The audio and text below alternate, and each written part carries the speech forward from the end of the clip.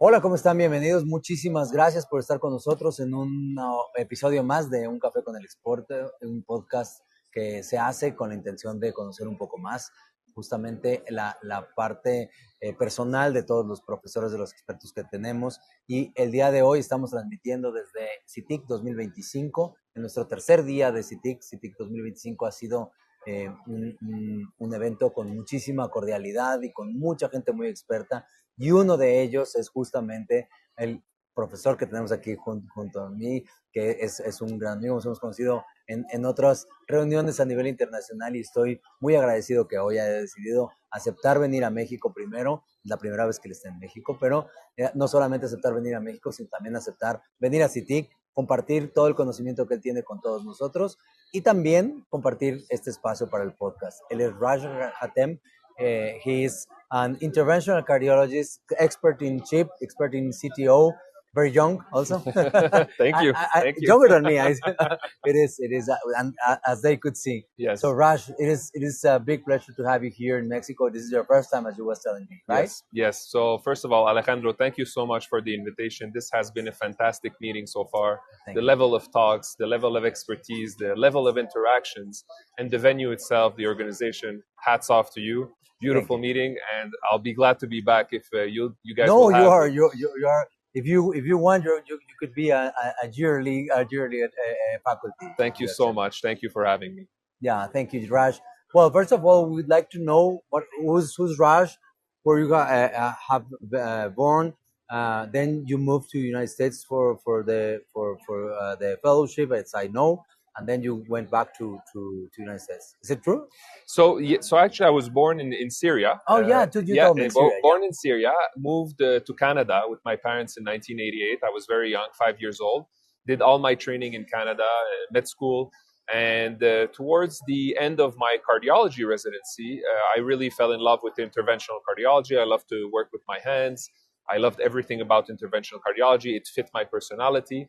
And I had the blessing of having mentors who believed in me in Hôpital du Sacré-Cœur de Montréal, which is in the French system. Mm-hmm. As you guys may or may not know, Montreal is sort of divided into the English system and the French system. So I'm part of the French system with the Université de Montréal.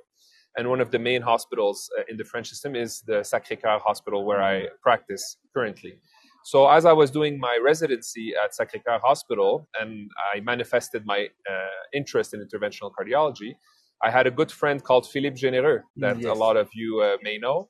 And Philippe was my attending, but we rapidly became friends because we were not too distant in age. Mm-hmm. And Philippe, as he was in New York at CRF, he sort of saw this new program being developed, which was the new CTO chip training program. So I was blessed with being the second CTO chip operator to be trained formally at Columbia University in New York. And I was also blessed of having mentors at Sacré-Cœur who wanted me to come back with that expertise and teach them and start a CTO program. So I went to New York in 2017, and I did my year there with, rest in peace, El Patron, Dimitri Karmpaliotis. I have a thought for him and his family as he passed away earlier this week. Big loss to the community. A man that taught me everything I know about CTO PCI. I had the honor of having him as a mentor, and Dr. Jeffrey Moses, Dr. Marty Leon, Ajay Kurtini, and all the crew, Ziad Ali, everybody that was in New York back in that time. So I got that very intense training. It was not an easy year, but a year where I learned exponentially. And as you know, these first generations of CTO chip fellows, we sort of were guinea pigs a bit, because the concept of training somebody very junior into suddenly doing the most complex cases was a bit risky, right? Because we could have easily not worked out and, ended up with complications and post-traumatic stress syndrome. But thankfully for us, the way they trained us, and by the sheer amount of volume that we did during that year, all the first generation CTO chip fellows, Sanjog Kalra, myself, Darshan Doshi, etc., we all ended up doing pretty well for ourselves. So me personally, after my training, I went back to Montreal, started a CTO chip program there, and have been the CTO chip program director ever since. And recently, in the past year, I've also become director of the cath lab in that hospital. Congratulations. So I'm very happy with the way the career is going so far. Yeah. How old are you? I'm 42. 42. So very young. Thank you. And being the director of the cath lab, it's good, Yes. very, very good. It is because your skills and your preparation, and with that kind of professors, with that kind of faculty that trained you, Yeah. you wouldn't be in another way. Yeah. So tell me a little bit more about Dimitris that just passed away, because I know Yes. that it's a very, very sensitive Yes. loss for you. So I know if you agree to talk a little course. bit about him, I know that he was one of the most skilled proceduralists Yes. in the world in Yes. terms of CTO. Is it true, Thank right? you for allowing me to Yeah. and giving me this platform to honor him properly. And I'm sure he'll be honored, at TCT, CTO Plus, and European meetings. But so first of all, he was a tremendous human being. We say he had a heart of gold. Sometimes when we're doing our apprenticeship, we work with a lot of mentors, a lot of teachers, some of them with good intentions, some of them maybe just by duty they train us. Dimitri really had our success at heart. He was a hard mentor. He had high expectations, but he also gave you high reward. So if you had the right attitude, if you were there to learn, if you did not show any ego, he gave us the world. He really gave us all his tips and tricks and secrets. And he also knew how to build our confidence as fellows. So although sometimes he could yell at us, he would hug us right after. And we knew that the yelling was for our benefit. I've never seen any other mentor like him. And it's a tremendous loss that's very, very painful. So besides being a tremendous human being, he's the best CTO chip operator I've ever met. His hands were like no other. This is a guy who could get any case done. And every single complication of any of the other esteemed, renowned faculty at Columbia, they would call Dimitri if a complication happened or if something bad happened. He was the one that came and saved the day that day. And he was a very humble person. He worked in the shadows. He wasn't a person who would constantly, declare how good he was or how renowned he was. And his generation were amongst the first generation to jump into the CTO chip space after the Japanese, to master the craft and to be able to teach it to the next generation. So it was a real privilege and honor for me being one of his first fellows, and more than being his fellow, being a close friend. I saw him as a big brother, and I had the chance to go to Greece, his native Greece, with him multiple times to do CTOs in a small city called Yanina. We went there 3 summers in a row together, and we were like a CTO SWAT team. The Greeks would accumulate these cases with Professor Mihalis in Greece, and we would go there for 2-3 days doing CTOs nonstop together. Have a good tzatziki and a good Yes, uzu the food afterwards. So I'm going to miss him dearly, but my hope is to really maintain his teachings alive and help as many patients as I can with the skills he gave me. I'm sure you will, and this is a very, very big loss for the humanity, because he helped a lot of people, and he's not able to do that in the future. But he left his legacy in you, and I'm sorry about your loss, your personal loss, but I think that you are going to honor his life by following his steps. Thank you. So I'm sorry, and God bless Dimitri. Thank you. Moving back once again to you and to the chief of CTO. Why CTO? CTO is a very demanding field, because you have to be there. You have to spend a lot of time. You have to radiate more than the other interventional cardiologists, and sometimes the result is not that success, or the benefit in terms of the clinical benefit are not immediately seen. So probably if you go and do a TAVR, the patient could feel much more comfortable. And STEMI patient does the change immediately, but sometimes it takes a little bit more to see the benefit of opening a CTO, and sometimes complications are there. So risky space with a very demanding field, and also with some doubts and some against from other operators and from other interventional cardiologists. Why did you decide to go that way? That's a good question. So the real honest answer is initially I wasn't too excited about it. But that was the need that my hospital had. And you know, in Montreal, in Canada, we have a very different system. It's a public healthcare system, and we are not a lot of interventional cardiologists. Just to give the audience an idea, we are 267 interventionalists for the whole country, more than 35 million people. The expertise is concentrated in the university hospitals. And to get a position in a university hospital is a privilege because, you know, our working conditions are very good in Canada. It's a beautiful life, beautiful balance. So when I was offered a position at the university hospital, I immediately was very thankful to my mentors from Montreal. And then the question they told me is, we have this need to develop a CTO PCI program because we have these patients that we know are symptomatic. We know that there are tools and techniques now that exist to help these patients, and they did not have the proper expertise in my center to be able to properly treat them. So they told me, we're willing to take you, but are you willing to go get that extra training, especially that with Philippe Généreux, knowing that this new program was being developed, and I had the opportunity to go to Columbia University, which is a once-in-a-lifetime opportunity, so I jumped on it.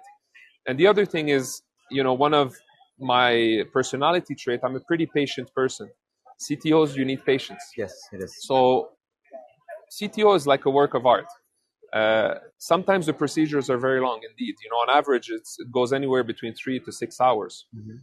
So you need to have patience, but you need to also know when to stop. In my training with CTOs, I had the blessing of having Dr. Moses and Dimitri.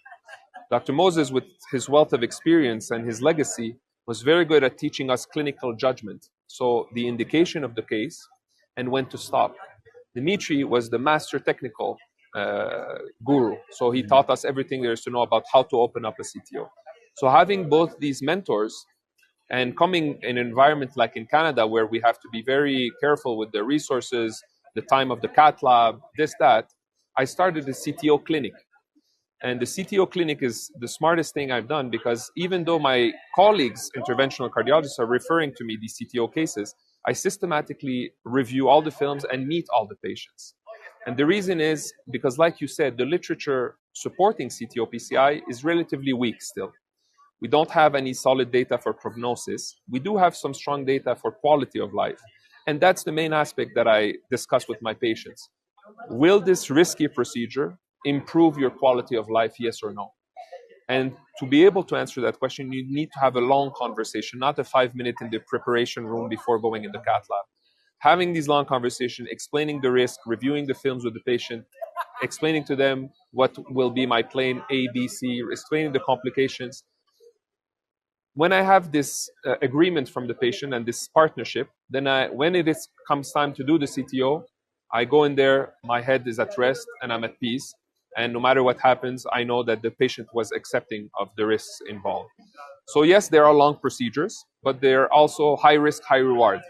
Because the Christmas card I get are almost all from my CTO patients. Oh, good. Because it drastically changes their quality of life. They were having angina or dyspnea for multiple years, being fed multiple medications without real success.